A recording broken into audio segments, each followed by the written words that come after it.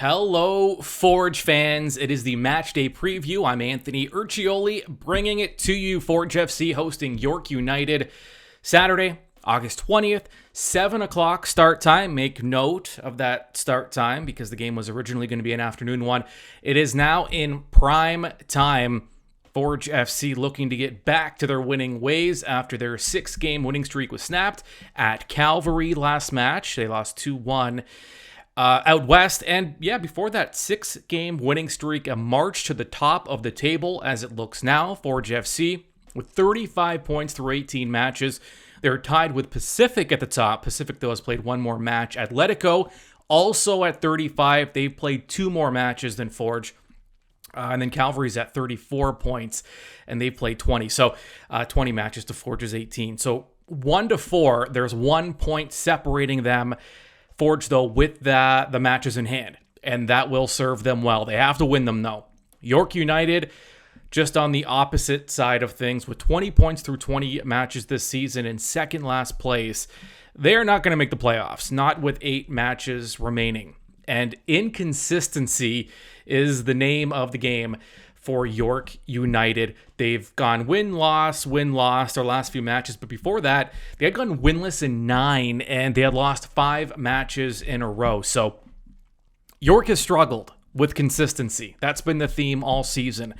And some odd trends to break down with York here.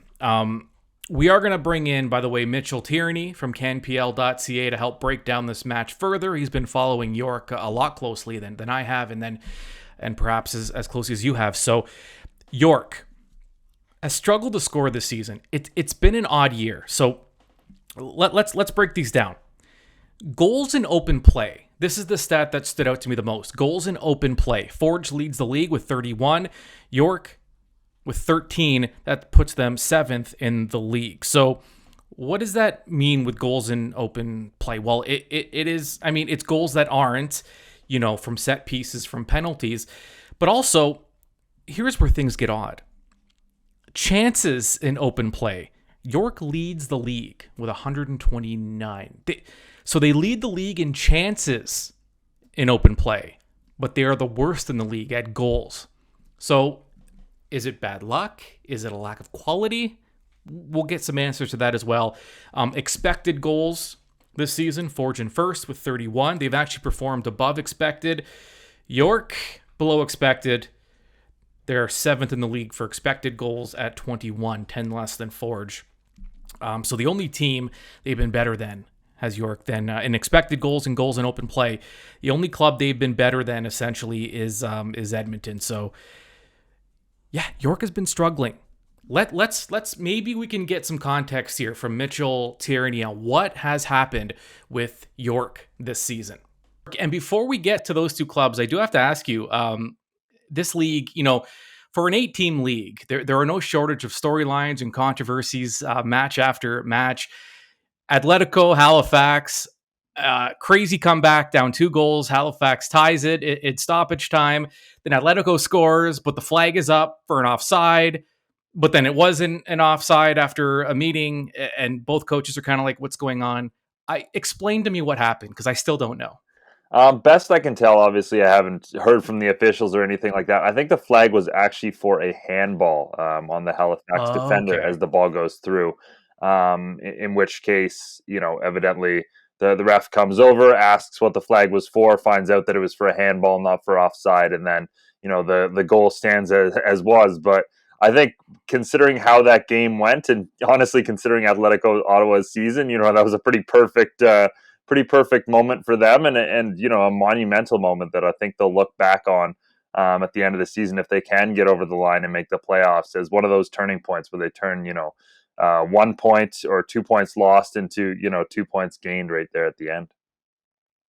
The league right now, you look at 1-4 between, I guess, what is it, Forge and then down to Calvary. There's 1 point separating the top 4 right now. Some clubs have matches in hand.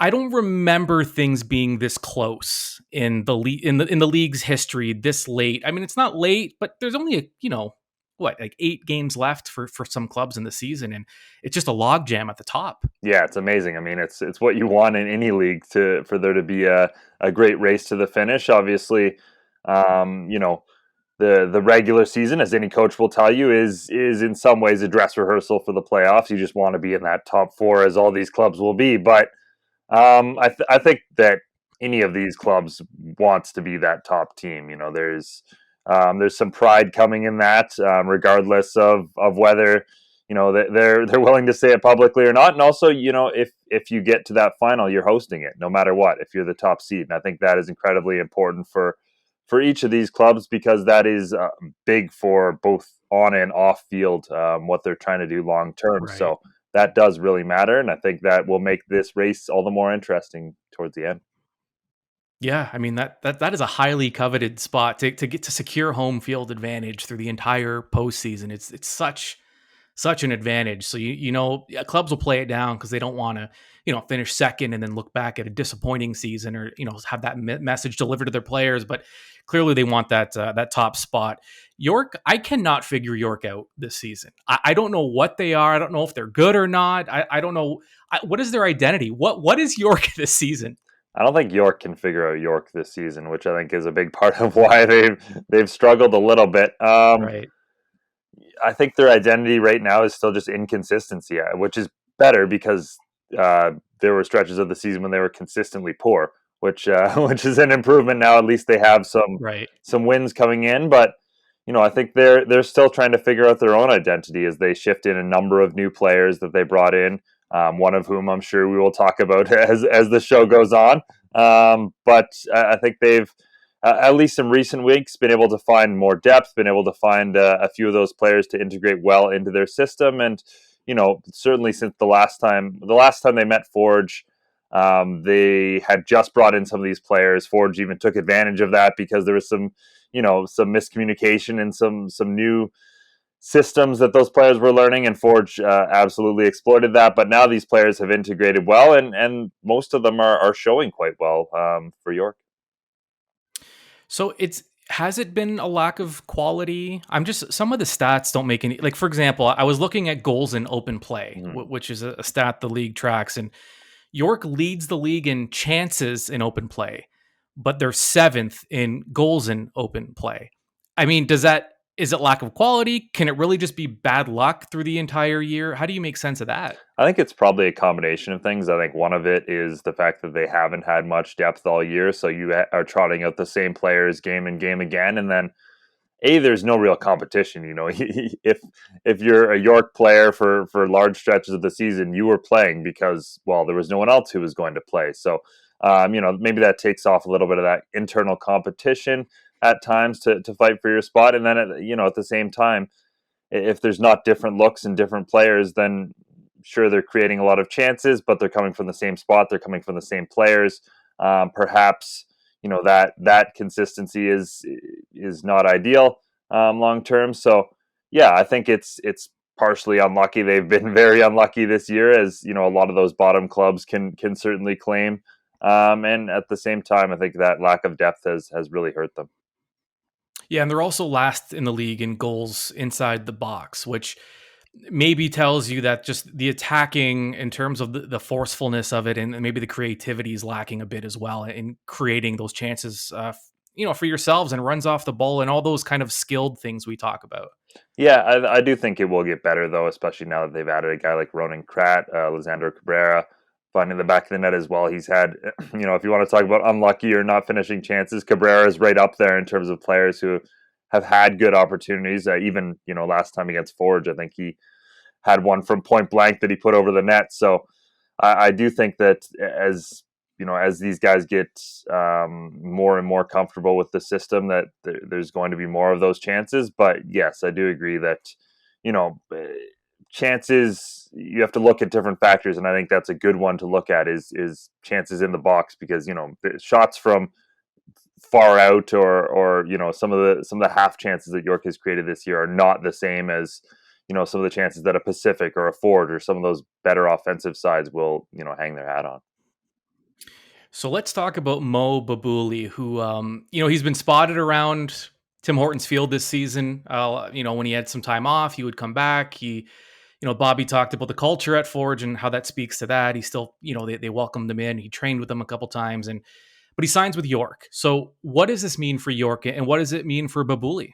Well, I think it's great for York. We saw him off the bench in limited minutes against FC Edmonton, and he already looks like the same Mo Babuli that Forge fans will have known. I mean, the technically great, baller, for lack of a better term. He's excellent on the ball, and I think it's a good opportunity for Babuli to really be the star centerpiece of a team. York is a young side. They have a lot of inexperienced players, and they can look to a guy like Babuli, who's done incredible things within this league, within CONCACAF. He's played internationally for Canada at the youth levels. This is a very good player, and yeah, for Babuli, it's an opportunity to join a club where they're in progress right now, let's call it, and he can be a big part of moving that progress forward. Yeah, and he returns to Tim Hortons Field fittingly, where his face is displayed inside on some of the plaques and banners from the success he had with Forge. So speaking of Forge and speaking of attackers, Babuli signing with York, Forge no shortage of attackers right now, and it's an interesting situation. I know Bobby will say it's a nice problem to have, but I do. There's a part of me that looks at the depth and the idea of too much depth in the sense that how long can certain guys go without playing as much as maybe they want to? And, there are a handful of players up front for Forge that could start for any club in the CPL, but they're not getting the minutes that maybe they would because they're playing on a better team with more depth. Do you think that would wear on some of the guys that have been around for a while and really just want to play?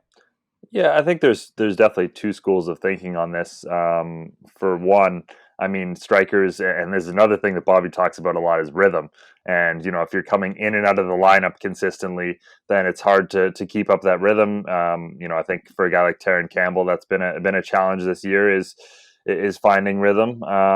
So I think that's definitely going to be a challenge, especially with Hamilton now inserted into that, is how to get that rotation right, how to get the best out of all of these players when all of them want to play consistently. But at the same time, there's something about being in that winning culture, and talking to some people. This is a big reason why Jordan Hamilton wanted to join Forge, and not some other club where, like you said, he could have been their main man. He could have started consistently.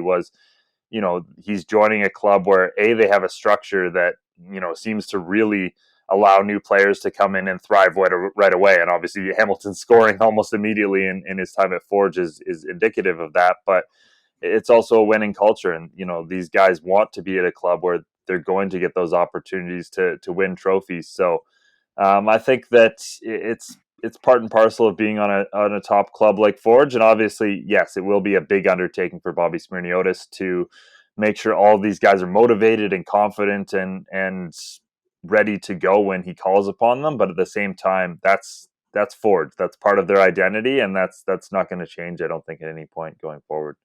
No, those are really good points. I mean, Hamilton chose to go to a team where he might not play as much, and he chose because he factored in winning and comfortability, and he knows a lot of these players, and he's obviously familiar with Bobby as well. So I mean, that's a great point too. And we talk about depth, and the back line is getting healthier now. We see Daniel Crutzen getting closer and closer as the weeks go by.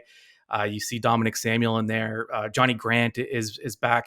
So when we look at this unit now, which looked so depleted at the beginning of the year, where no natural center backs were starting, now there's a lot, and all of a sudden, Alex Ashinyote-Johnson, Bobby called him the best center back in the CPL this week. All of a sudden, there's a lot of depth there.